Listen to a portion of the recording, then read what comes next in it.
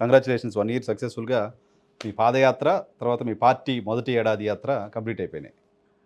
So ఎలా అనిపిస్తోంది మొదటి పెట్టిన దగ్గర నుంచి 1 ఇయర్ తర్వాత ఇప్పుడు ఏంటి భవిష్యత్తు ఏంటి ఏమనుకుంటున్నారు? యాక్చువల్లీ మొన్న వార్షికోత్సవం చాలా సక్సెస్‌ఫుల్‌గా జరిగింది. సెకండ్‌దా ఇది? సెకండ్‌ది. సారీ సెకండ్‌ది. సెకండ్‌ది. ఎందుకంటే అప్పుడు ఎలక్షన్ టైమ్‌లో హడావిడిగా మేము స్టార్ట్ చేశాము. బట్ ఒక 8, 9 months we kept quiet. Government form అయింది. మళ్ళీ ఇమ్మీడియేట్‌గా దాని గురించి మనం మాట్లాడితే మంచిగా ఉండదని చెప్పి ఆ తర్వాత ఒక హాఫ్ ఇయర్ కంప్లీట్ అయిన తర్వాత we started the active journey. So almost 1 year, last 1 year we were actively working across the state, visiting districts, ఒక క్యాడర్ బిల్డింగ్ యాక్టివిటీ కూడా చేసుకుంటూ వచ్చాము. సో మొన్న జరిగిన సెకండ్ యానివర్సరీలో ఆల్మోస్ట్ నలుమూలల నుంచి వచ్చారు. సో దానికి ఒక స్ట్రక్చర్ని కూడా మేము ఆ రోజు అనౌన్స్ చేశాము. So like any other party member ఉంటారు, వారిపైన పైలట్స్ ఉంటారు. సో వాళ్ళని గైడ్ చేయడానికి, సర్వ్ చేయడానికి. ఓకే. కాన్స్టిట్యున్సీ లెవెల్లో క్యాప్టెన్స్ ఉంటారు. ఓహో! So pilots, captains. So military తీసుకొచ్చారన్నమాట పొలిటికల్ పార్టీ. టెర్మినాలజీ అది. డిస్ట్రిక్ట్ లెవెల్లో కమాండర్స్ ఉంటారు. This how network building start చేశాము. సో ఆ రోజు కాల్ ఇచ్చాము. మెంబర్షిప్ డ్రైవ్ కూడా స్టార్ట్ చేస్తున్నాము ఇప్పుడు. ఓకే. సో అది ఒక యాప్ ద్వారా చేయడానికి, ఇవన్నీ ఇంటిగ్రేటెడ్ ఒక యాప్ ఉంటుంది. సో దానిలో వీళ్ళు సెల్ఫ్ ఎన్రోల్మెంట్ చేయొచ్చు, లేదా ఈ పైలట్స్ వెళ్ళి ఎన్రోల్ చేయొచ్చు. ఓకే. సో అలా we are also giving call for these upcoming local body ఎలక్షన్స్లో కూడా ఎవరైతే ఇంట్రెస్టెడ్గా ఉండి కంటెస్ట్ చేయాలనుకుంటున్నారో we want encourage youth primarily, and these youth from poorer sections.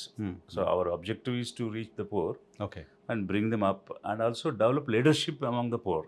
Okay. Leadership కూడా అక్కడ నుంచి పేదల్లో నాయకత్వం పెంచాలనేది ఒక ఆలోచన. అందుకనే ప్రైమర్లీ ఫోకసింగ్ ఆన్ యూత్, వాళ్ళ లీడర్షిప్ని పెంచుకుంటూ వాళ్ళకి సెవరల్ రౌండ్స్ ఆఫ్ ట్రైనింగ్స్ ఇచ్చి both on elections as well as party so కొత్త జోనర్ నుంచి లీడర్స్ని పిక్ చేసి ట్రైన్ చేసి వాళ్ళని మీరు ప్రజల దగ్గరికి తీసుకురావాలి. ప్లస్ అంటే ఇంతవరకు ఈ అధికారానికి దూరంగా ఉన్నాం వాళ్ళని. లీడర్లు అంటే మనం కాదులే, మన పని కాదులే అని అనుకుని ఎవరి పనులు చేసుకునే బ్యాచ్ని లీడర్షిప్లోకి తీసుకురావాలనేది idea. That is the primary thing. అందుకని we are giving open call to join as well as ఎవరెవరు కంటెస్ట్ చేయాలనుకుంటున్నారో మీ బయోడేటా ఫామ్స్ అవి కూడా ఇవ్వండి అని ఆ యాప్లో అన్నీ పెడుతున్నాం. సో దాని ద్వారా ఎవరెవరికి ఇంట్రెస్ట్ ఉంది, పొలిటికల్గా ఆ నాలెడ్జ్, ఆ ఇంట్రెస్ట్ ఉన్న వాళ్ళందరినీ సెలెక్ట్ చేసి వారికి ట్రైనింగ్ ఇచ్చి చేయాలి. అలాగే ఈ పైలట్స్ కూడా we want to give training, in house trainings, దానికి ఒక separate room, audio visual equipments అన్ని తయారు చేయాలి. గుడ్. సో ఈ అంతా మెంబర్షిప్ స్ట్రక్చరు నిర్మాణం పైన complete focus on institution building. Okay. జనరల్గా అంటే రీసెంట్ డెవలప్మెంట్ ఒకటి ఏంటి అంటే ఇక్కడ ఒక పార్టీని ఏర్పాటు చేసిన జేడి లక్ష్మీనారాయణ గారు ఐపీఎస్ ఆఫీసర్గా ఉన్నారు. తెలుగు రాష్ట్రాల్లో బ్యూరోక్రసీలో పనిచేసిన వాళ్ళు జయప్రకాష్ నారాయణ గారు, తర్వాత మీరు, జేడీ గారు, వీళ్ళంతా పార్టీలను ఏర్పాటు చేశారు. పూర్ణచంద్రరావు గారు కూడా పార్టీ పెట్టినట్టున్నారు. సో జయప్రకాష్ నారాయణ గారు చాలా అగ్రెసివ్గా వచ్చిన తర్వాత ఆయన పార్టీని నేను రద్దు చేస్తానంటున్నారు. పార్టీ నుంచి దూరం అయిపోయినట్టున్నారు. జేడీ లక్ష్మీనారాయణ గారు ఆయన ఏదో ఉద్యోగం చేసుకోవడానికి వెళ్ళిపోయినట్టున్నారు. పార్టీని ఆల్మోస్ట్ వదిలేసి, అనౌన్స్మెంట్ రాలేదు కానీ ఆయన ఉద్యోగం చేయలేదు కానీ ఆయన ఉద్యోగం చేసినట్టున్నారు ఇక్కడ. సో మీరు ఇప్పుడు నిర్మాణం చేస్తానంటున్నారు. ఎందుకు మిగతా వాళ్ళంతా ఫెయిల్ అవుతున్నారు? రీజన్ ఏంటి? మీకేమనిపిస్తోంది? మీరు ఎలా ఫ్యూచర్ చూస్తున్నారు? అంటే ఇక్కడ first thing there is a gap. ఇంతవరకు ఆప్షన్స్ మనకు లేవు రాజకీయంగా, because there are 2 parties. So సక్సెసివ్గా చూస్తే 14లో టీడీపీకి వేశారు, 19 మార్చారు, మళ్ళీ 24లో ఆప్షన్ లేక టీడీపీకి వేశారు. ఇది ఒక సైడ్ అయితే.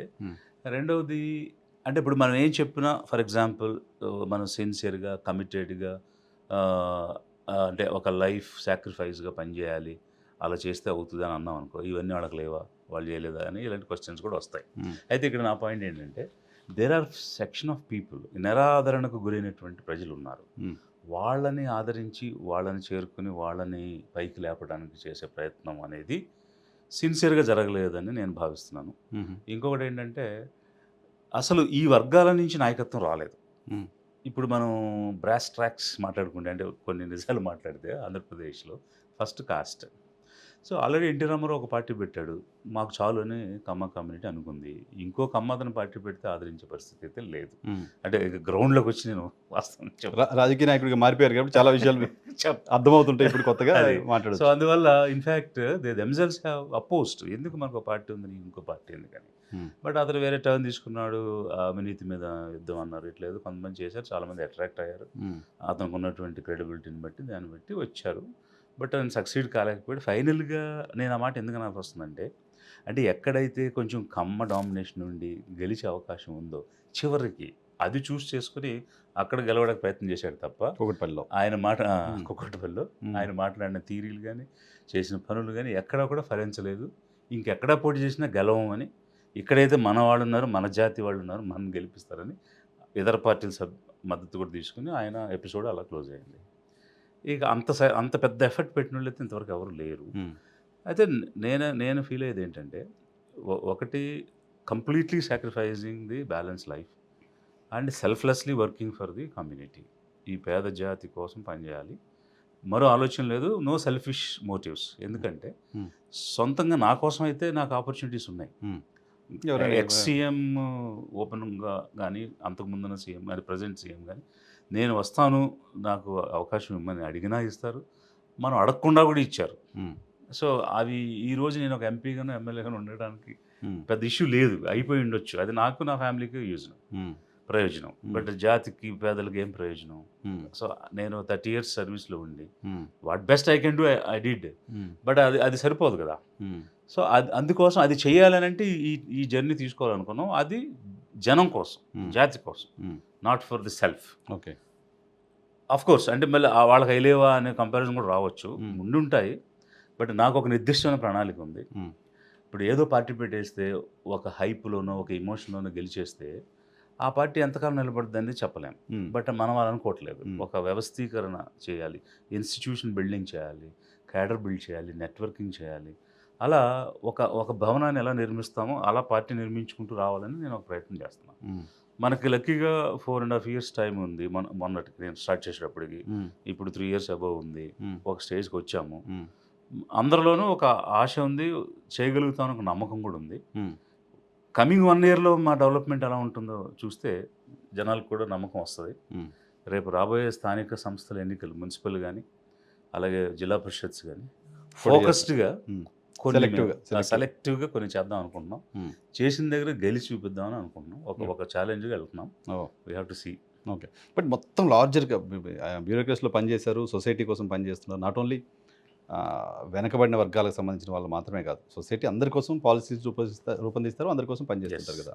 ఇప్పుడు పార్టీ పెట్టిన తర్వాత ఈ పర్టికులర్ వర్గాలు, ఆ పర్టికులర్ వర్గాల గురించి మాట్లాడుతుంటే మిగతా వాళ్ళందరినీ అట్రాక్ట్ చేసేది ఎలా, వాళ్ళంతా మీ వైపు వచ్చేది ఎలా, వాళ్ళంతా మీకు ఓటేసేది ఎలా?